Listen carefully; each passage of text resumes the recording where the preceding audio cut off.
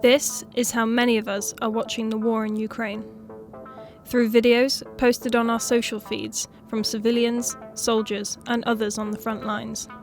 It's not just fed to us by journalists anymore. It's not just brought to us over an evening news slot. This is information as it happens by the minute.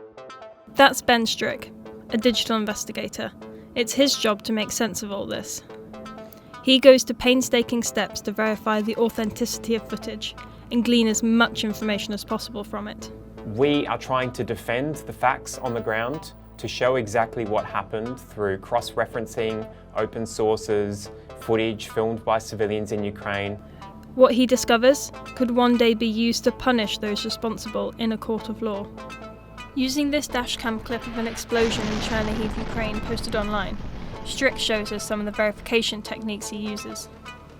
When looking at this footage, we address it in 4 simple ways, and we start to answer these simple questions of where, when, what, and who might be responsible for strikes like what happened in Chernihiv.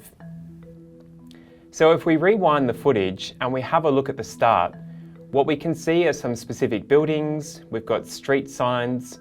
The car turns right at what is quite a large intersection. If we stop here, up on the right, we can see a blue shop sign called convening. If we go to Google Maps and we type in that search term, convening, we're able to find this place. And I'll bring it up on Street View right here. We have a lot of Street View in Ukraine, but sadly a lot of it's quite old. Some of it's 2015 and 2016.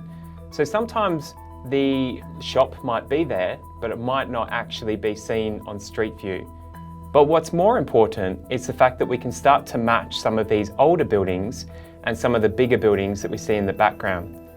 So for example, in this footage, when we're just before we see the explosion, we see this building on the right with lots of chimneys.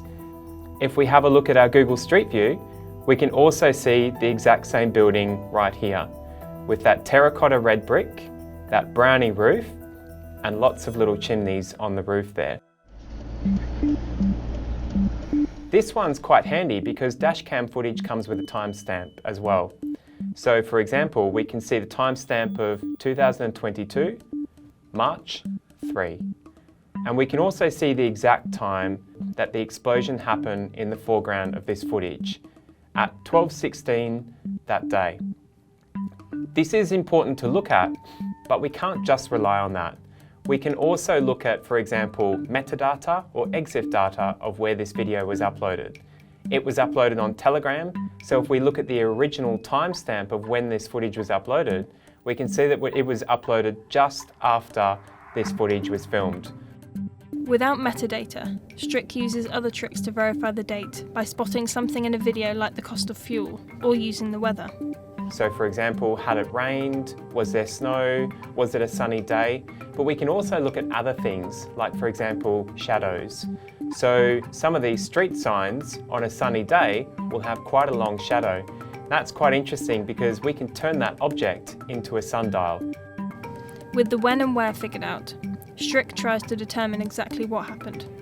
Sometimes this involves identifying military personnel or equipment, or the cause of an explosion.